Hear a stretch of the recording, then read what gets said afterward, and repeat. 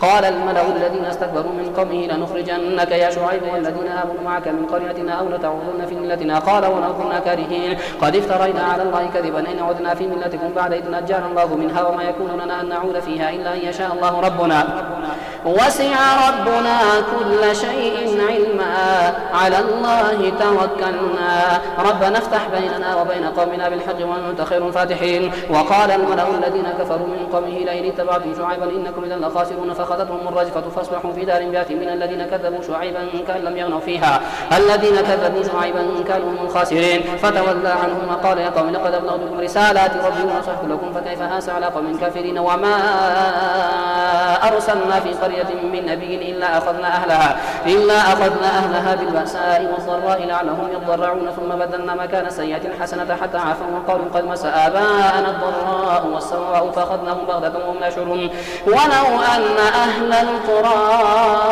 آمنوا واتقوا لفتحنا عليهم بركات من السماء والأرض ولكن كذبوا فأخذناهم بما كانوا يكسبون فأمن أهل القرى أن يأتيهم بأسنا بياتا وهم نائمون أو أمن أهل القرى أن يأتيهم بأسنا ضحى وهم يلعبون أفأمنوا مكر الله فلا يأمن مكر الله إلا القوم الخاسرون أولم يهد للذين يرثون الأرض من بعد أهلها أن لو نشاء وصبناهم بذنوبهم ونطبع على قلوبهم فهم لا يسمعون تلك القرى نقص عليك من أنبائها ولقد جاءتهم رسلهم بالبينات فما كانوا ليؤمنوا بما كذبوا من قبل كذلك يطبع الله على قلوب الكافرين وما وجدنا لأكثرهم من عهد وإن وجدنا أكثرهم فاسقين ثم بعثنا من بعدهم موسى بآياتنا إلى فرعون وملئه فظلموا بها فانظر كيف كان عاقبة المفسدين وقال موسى يا فرعون إني رسول من رب العالمين حقيق على ألا أكون على الله إلا الحق قد جئتكم ببينة من ربكم فارسل معي بني إسرائيل قال إن كنت جئت بآية فأت بها إن كنت من الصادقين فألقى عصاه فإذا هي ثعبان مبين ونزع يده فإذا هي بيضاء للناظرين قال الملأ من قوم فرعون إن هذا لساحر عليم يريد أن يخرجكم من أرضكم فماذا تأمرون قالوا أرجه وأخاه وأرسل في المدائن حاشرين يأتوك بكل ساحر عليم وجاء السحرة فرعون قالوا إن لنا لأجرا إن كنا نحن غالبين قال نعم وإنكم إذا لمن قال نعم وإنكم لمن المقربين قالوا يا موسى إما أن تلقي وإما أن نكون نحن الملقين قال ألقوا فلما ألقوا سحروا أعين الناس واسترهبوهم وجاءوا بسحر عظيم وأوحينا إلى موسى أن ألق عصاك فإذا هي تلقف ما يافكون فوقع الحق وبطل ما كانوا يعملون فغلبوا هنالك وانقلبوا صاغرين وألقي السحرة ساجدين قالوا آمنا برب العالمين رب موسى وهارون قال فرعون آمنتم به قبل أن آذن لكم إن هذا لمكر مكرتموه في المدينة لتخرجوا منها أهلها فسوف تعلمون لأقطعن أيديكم وأرجلكم من خلاف ثم لأصلبنكم أجمعين قالوا إنا إلى ربنا منقلبون وما تنقم منا إلا أن آمنا بآيات ربنا لما جاءتنا ربنا أفرغ علينا صبرا وتوفنا مسلمين وقال الملأ من قوم فرعون تذر موسى وقومه ليفسدوا في الأرض ويذرك وآلهتك قال سنقتل أبناءهم ونستحيي نساءهم وإنا فوقهم قاهرون قال موسى لقومه استعينوا بالله واصبروا إن الأرض لله يورثها من يشاء من عباده والعاقبة للمتقين قالوا أوذينا من قبل أن تأتينا ومن بعد ما جئتنا قال عسى ربكم أن يهلك عدوكم ويستخلفكم في الأرض فينظر كيف تعملون ولقد أخذنا آل فرعون بالسنين ونقص من الثمرات لعلهم يذكرون فإذا جاءتهم الحسنة قالوا لنا هذه وإن تصبهم سيئة يطيروا بموسى ومن معه ألا إنما طائرهم عند الله ولكن أكثرهم لا يعلمون وقالوا مهما تأتنا به من آية لتسحرنا بها فما نحن لك بمؤمنين فأرسلنا عليهم الطوفان والجراد والقمل والجمل والضفادع والدم آيات مفصلات فاستكبروا وكانوا قوما مجرمين. ولما وقع عليهم الرجز قالوا يا موسى ادع لنا ربك بما عهد عندك لئن كشفت عنا الرجز لنؤمنن لك ولنرسلن معك بني إسرائيل. فلما كشفنا عنهم الرجز إلى أجل هم بالغوه إذا هم ينكثون فانتقمنا منهم فأغرقناهم في اليم بأنهم كذبوا بآياتنا وكانوا عنها غافلين. وأورثنا القوم الذين كانوا يستضعفون مشارق الأرض ومغاربها التي باركنا فيها وتمت كلمة ربك الحسنى على بني إسرائيل بما صبروا ودمرنا ما كان يصنع فرعون وقومه وما كانوا يعرشون. وجاوزنا ببني إسرائيل البحر فأتوا على قوم يعكفون على أصنام لهم قالوا يا موسى اجعل لنا إلها كما لهم آلهة قال إنكم قوم تجهلون إن هؤلاء متبر ما هم فيه وباطل ما كانوا يعملون قال غير الله يبغيكم إلها وهو فضلكم على العالمين. وإذ أنجيناكم من آل فرعون يسومونكم سوء العذاب يقتلون أبناءكم ويستحيون نساءكم وفي ذلكم بلاء من ربكم عظيم. وواعدنا موسى 30 ليلة وأتممناها ب10 فتم ميقات ربه 40 ليلة. وقال موسى لأخيه هارون اخلفني في قومي وأصلح ولا تتبع سبيل المفسدين. ولما جاء موسى لميقاتنا وكلمه ربه قال رب أرني أنظر إليك قال لن تراني ولكن انظر إلى الجبل فإن استقر مكانه فسوف تراني. فلما تجلى ربه للجبل جعله دكا وخر موسى صعقا فلما أفاق قال سبحانك تبت إليك وأنا أول المؤمنين. قال يا موسى إني اصطفيتك على الناس برسالاتي وبكلامي فخذ ما آتيتك وكن من الشاكرين. وكتبنا له في الألواح من كل شيء موعظة وتفصيلا لكل شيء فخذها بقوة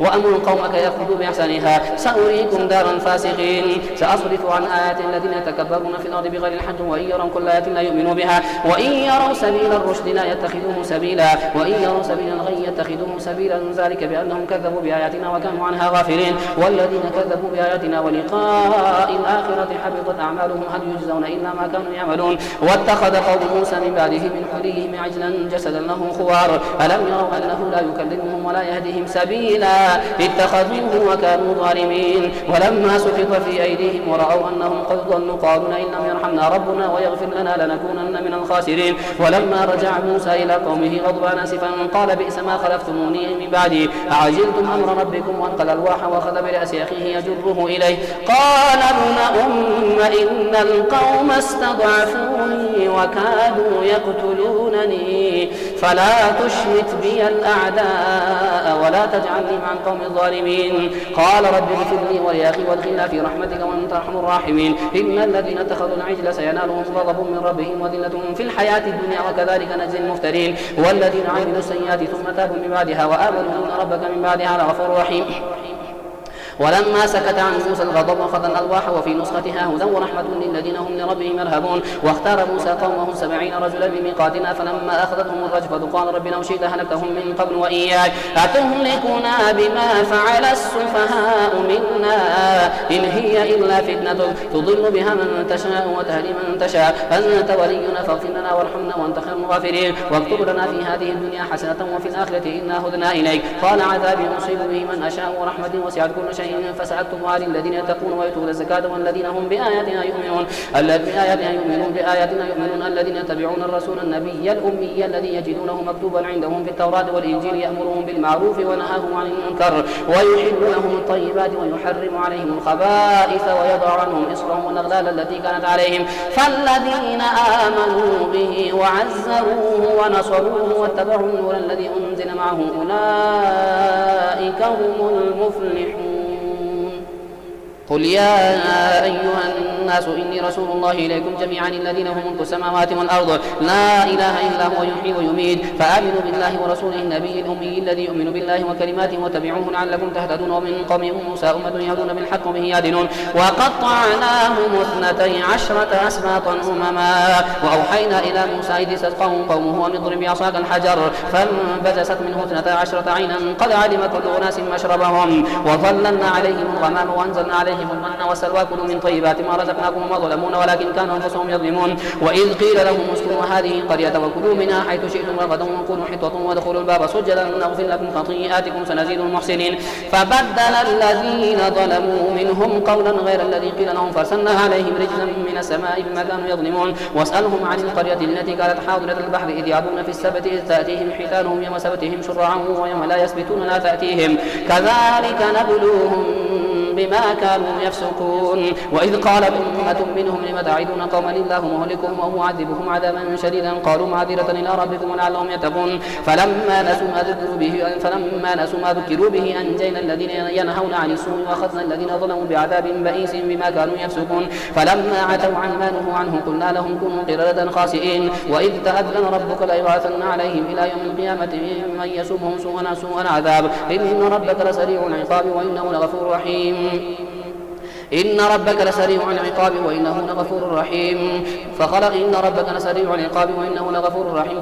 فخلف من بعدهم خلف ورثوا الكتاب يأخذون عرض هذا الأدنى ويقولون سيغفر لنا وإن يأتهم عرض مثلهم يأخذوه ألم يؤخذ عليهم ميثاق الكتاب ألا يقولوا على الله إلا الحق ودرسوا ما فيه والدار الآخرة خير للذين اتقون فلا تعقلون والذين يمسكون بالكتاب وقاموا الصلاة إنا لا نضيع أجر المصلحين وإذ نتقنا الجبل فوقهم كأنه ظلة وظنوا أنه واقع بهم خذوا ما آتيناكم بقوة واذكروا ما فيه لعلكم تتقون وإذ أخذ ربك من بني آدم من ظهورهم ذريتهم وشهدهم على أنفسهم ألست بربكم قالوا بلى شهدنا أن تقولوا يوم القيامة إنا كنا عن هذا غافلين أو تقولوا إنما أشرك آباؤنا من قبل وكنا ذرية من بعدهم أفتهلكنا بما فعل المبطلون وكذلك نفصل الآيات ولعلهم يرجعون واتلو عليهم نبأ الذي آتيناه آياتنا فانسلخ منها فأتبعه الشيطان فكان من الغاوين ولو شئنا لرفعناه بها ولكنه أخلد إلى الأرض واتبع هواه فمثله كمثل الكلب إن تحمل عليه يلهث أو تتركه يلهث ذلك مثل القوم الذين كذبوا بآياتنا فاقصص القصص لعلهم يتفكرون ساء مثلا القوم الذين كذبوا بآياتنا وأنفسهم كانوا يظلمون من يهدي الله فهو المهتدي ومن يضلل فأولئك هم الخاسرون ولقد ذرأنا لجهنم كثيرا من الجن والإنس لهم قلوب لا يفقهون بها ولهم أعين لا يبصرون بها ولهم آذان لا يسمعون بها أولئك كالأنعام بل هم أضل أولئك هم الغافلون ولله الأسماء الحسنى فادعوه بها وذروا الذين يلحدون في أسمائه سيجزون ما كانوا يعملون وممن خلقنا أمة يهدون بالحق وبه يعدلون والذين كذبوا بآياتنا سنستدرجهم من حيث لا يعلمون وأملي لهم إن كيدي متين أولم يتفكروا ما بصاحبهم من جنة إن هو إلا نذير مبين أولم ينظروا في ملكوت السماوات والأرض وما خلق الله من شيء وأن عسى أن يكون قد اقترب أجلهم فبأي حديث بعده يؤمنون